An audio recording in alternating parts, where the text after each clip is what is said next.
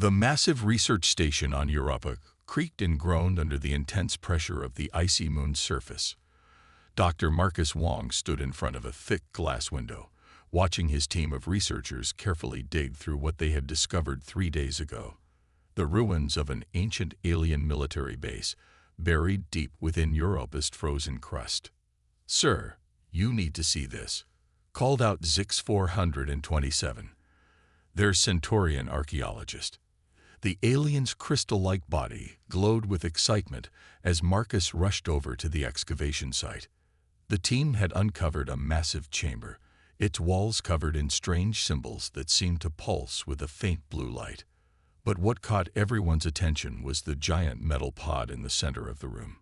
It was easily the size of a small house, covered in frost, and connected to machines that still hummed with power after what their tests showed to be 50,000 years. "Life signs detected," reported Tilara, their Andorian scanner specialist. Her antenna twitched nervously as she backed away from the pod. "Whatever's in there, it's alive." The news spread quickly through the station. Soon, representatives from 5 different alien species crowded into the observation room above the chamber. Marcus noticed how they all kept pressing themselves against the back wall, as far from the pod as possible. "You don't understand," warned Ambassador Krill, his scaled skin turning pale blue with fear. "Every species knows about these things. The planet killers. They were weapons created by the ancients. Entire worlds fell to just one of these beasts." Marcus watched as his alien colleagues shared fearful looks and whispered ancient warnings passed down through generations. The pod's surface was starting to clear of frost, revealing glimpses of what lay inside through small glass panels. "I can see it," Marcus said, pressing closer to the observation window. Through the clearing frost, he could make out dark armor plating and what looked like a massive, sleeping face. It reminded him, strangely enough, of the large guard dogs his grandfather used to raise back on Earth. The station's AI announced that initial scans were complete. Subject appears to be in stable hibernation. Genetic structure shows signs of extensive engineering. Size estimate: approximately 8 meters in length when fully extended. Warning: multiple weapons systems detected within biological structure. The alien representatives immediately called for the chamber to be resealed. "We must bury this place," Ambassador Krill insisted. "Our histories speak of these creatures. They cannot be controlled. They cannot be reasoned with. They exist only to destroy." But Marcus couldn't take his eyes off the sleeping giant.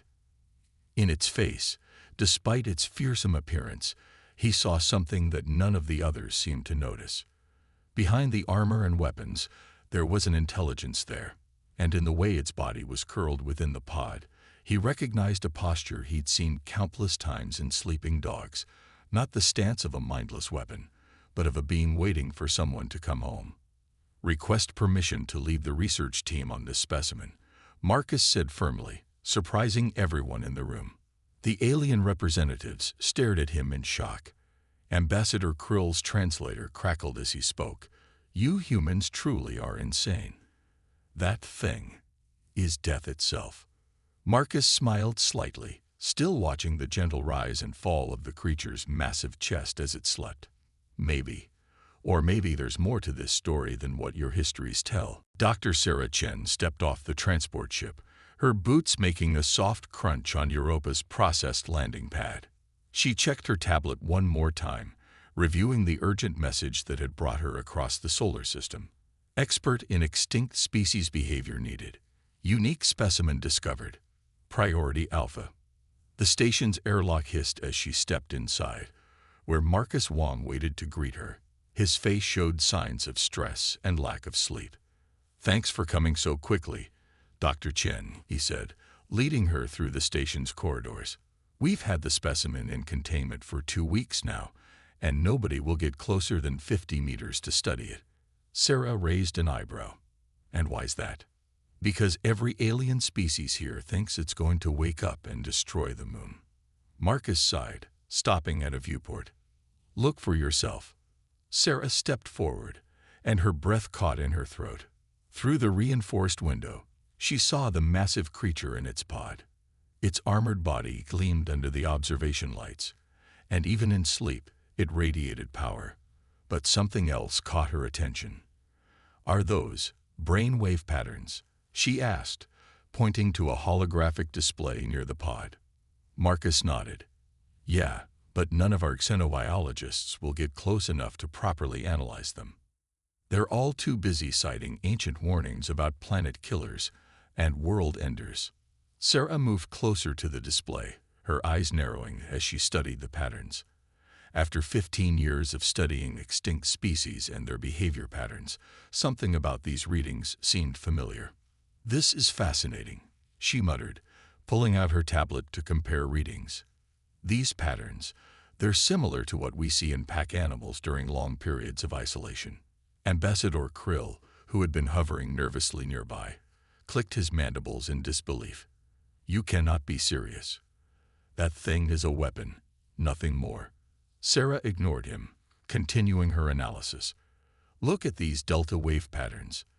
They're not showing aggression or battle readiness.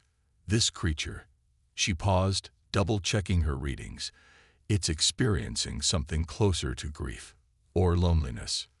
The alien representatives in the room shifted uncomfortably. Marcus leaned forward, interested. "What makes you say that?" "I studied the last surviving pack of Martian ice wolves before they went extinct," Sarah explained. "When separated from their pack, they showed nearly identical patterns. This isn't just a weapon. It's a social creature designed to bond with others." She pressed her hand against the cold glass, watching the gentle rise and fall of the creature's massive chest. Its face, despite its fearsome appearance, showed signs of rapid eye movement beneath its armored eyelids. "It's dreaming," she said softly. "Probably of its pack, its people." Ambassador Krill's translator crackled with static as he backed away. "Dr. Chen, I must insist you maintain the safety perimeter. Our histories are very clear about these beings." Sarah turned to Marcus, her mind already made up. "I need access to the containment chamber. Full access. And I need all the data you've collected so far." "That's against every safety protocol we have," Marcus warned, but she could see the curiosity in his eyes. "Sometimes," Sarah said, watching the sleeping giant, "the most dangerous thing we can do is let fear keep us from understanding." Sarah stood in front of the containment chamber's main door, her heart pounding. Behind her, alarms blared through the station's corridors. She had disabled the primary safety protocols, and now the entire facility was in lockdown. "Dr. Chen, step away from the door immediately." Marcus's voice crackled through the intercom. "This is a direct order." She ignored him, focusing instead on the final security override. The massive doors slowly began to slide open with a heavy metallic groan.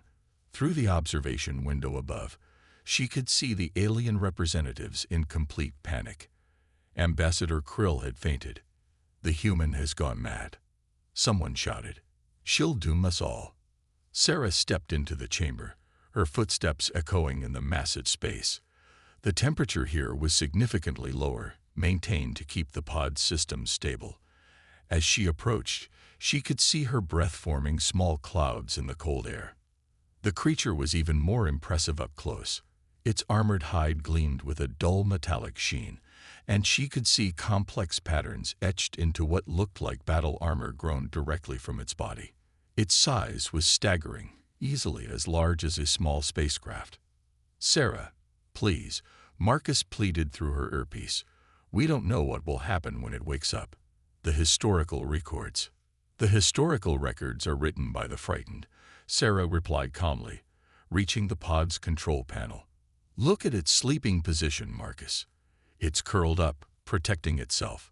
That's not the posture of a mindless killer." With trembling fingers, she initiated the awakening sequence. The pod's ancient machinery hummed to life, and the temperature in the chamber began to rise. On the monitors, the creature's brainwave patterns started to shift from delta to theta waves. It was waking up. The station shook as the massive being stirred for the first time in 50,000 years. Its armored eyelids flickered, and Sarah found herself staring into eyes that glowed with an intense blue light. They were not the eyes of a weapon.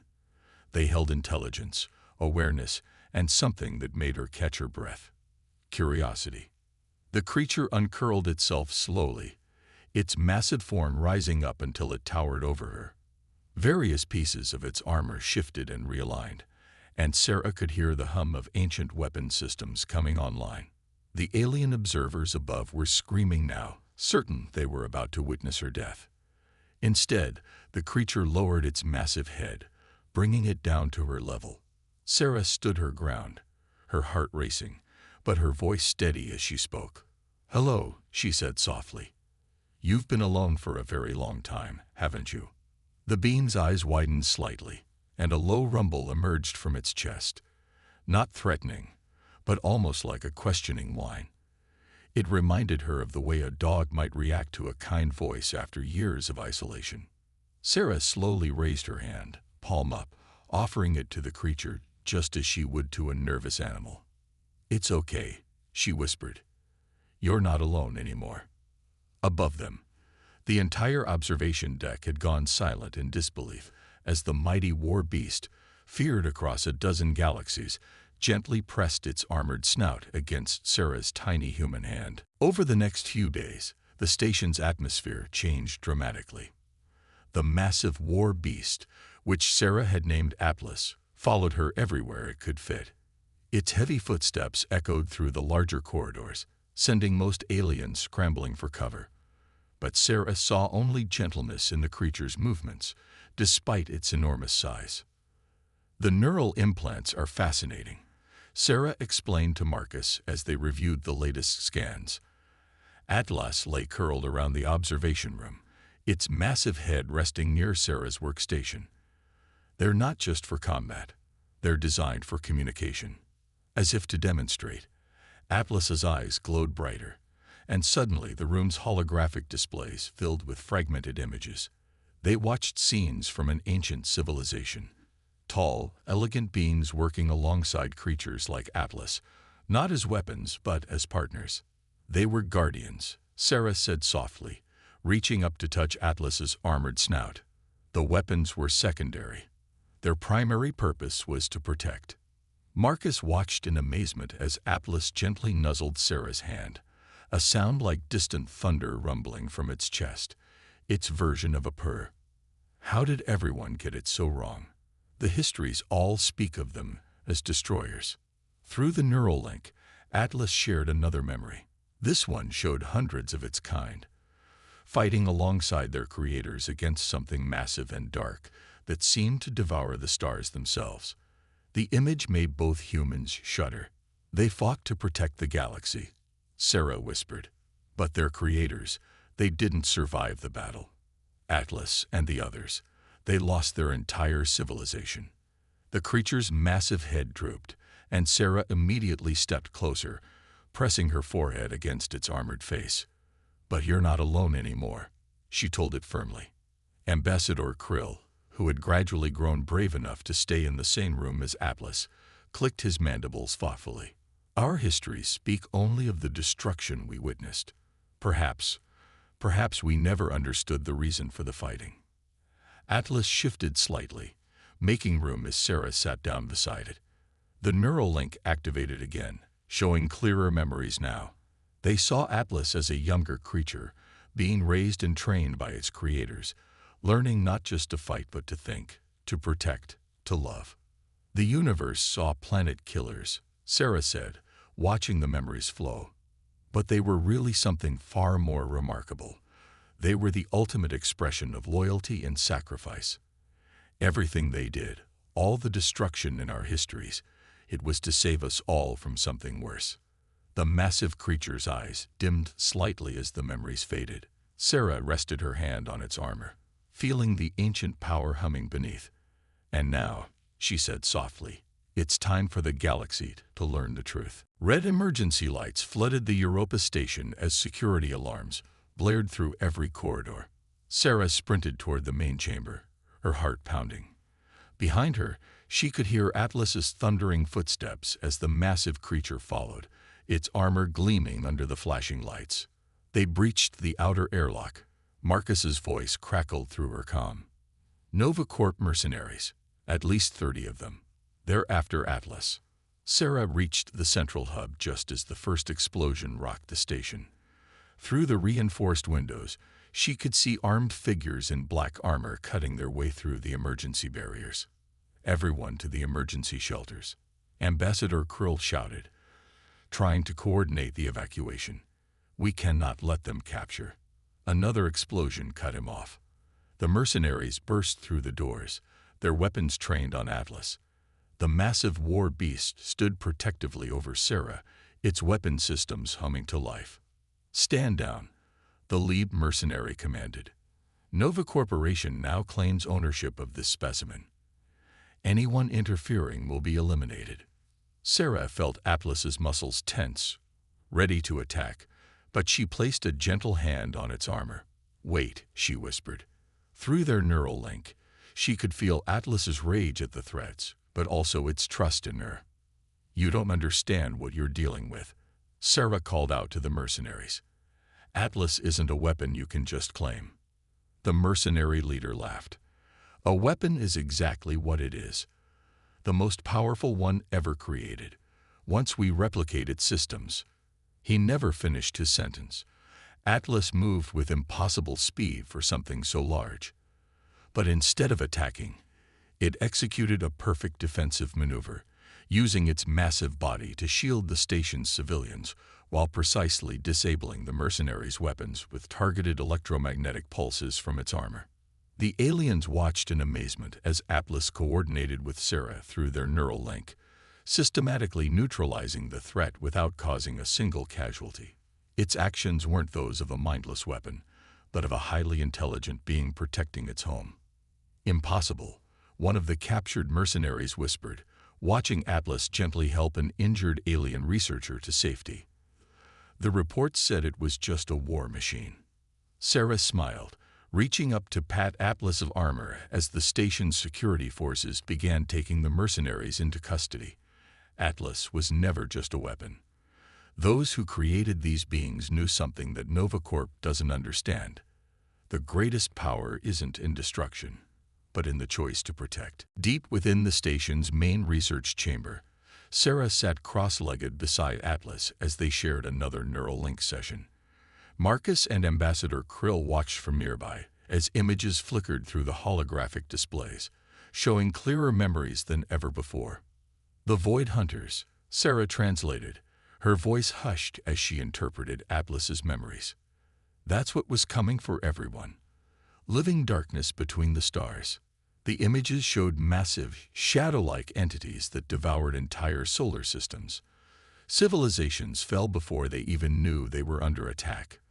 The galaxy was going dark, one section at a time. Our histories never mentioned this, Ambassador Krill whispered, his scales pale with shock. We only recorded the aftermath, the destroyed planets, the battles. Through Atlas's memories, they watched as its creators, the ancients, realized their conventional weapons were useless against the Void Hunters. In desperation, they began the Guardian Project, creating beings like Atlas, fusion of organic life and advanced technology, capable of fighting the darkness. Look, Marcus pointed to a new sequence, the final battle. The memory showed thousands of Guardians, each like Atlas, forming a line across the galaxy. The ancients had discovered the Void Hunters' weakness. They couldn't consume the unique energy signature of the Guardians. But to save everyone, the Guardians would have to trigger a massive energy wave that would destroy the Void Hunters, and likely kill their own creators in the process. Sarah felt Atlas's grief through their link as the memory played out. The ancients had known they wouldn't survive, but they gave the order anyway. The massive energy wave had swept through the galaxy, destroying the Void Hunters and any civilization caught in its path. The Guardians, built to withstand it, survived, but at the cost of everything they had been created to protect. They saved us all, Ambassador Krill said softly. And we called them monsters. We taught our children to fear them. Atlas lowered its massive head and Sarah saw something she never expected. A single tear, glowing with the same blue energy that powered its systems, rolled down its armored face. 1 year after Atlas's awakening, the Europa station had transformed. Where once there were empty corridors and fearful whispers, now there was life and purpose. The massive guardian had become a symbol of hope rather than terror. Sarah stood in the new training facility, watching as Atlas gently interacted with a group of human and alien researchers. Through the massive viewing windows, she could see Europa's icy surface, where construction crews were building what would become the galaxy's first Guardian Rehabilitation Center. The Centaurian delegation just arrived, Marcus said, joining her at the window. That makes 17 species now, all wanting to learn about the Guardians. Sarah nodded, smiling as she watched Atlas demonstrate its neural link capabilities to the amazed scientists. And reports of more stasis pods are coming in every week. They're scattered across the galaxy, just waiting to be found.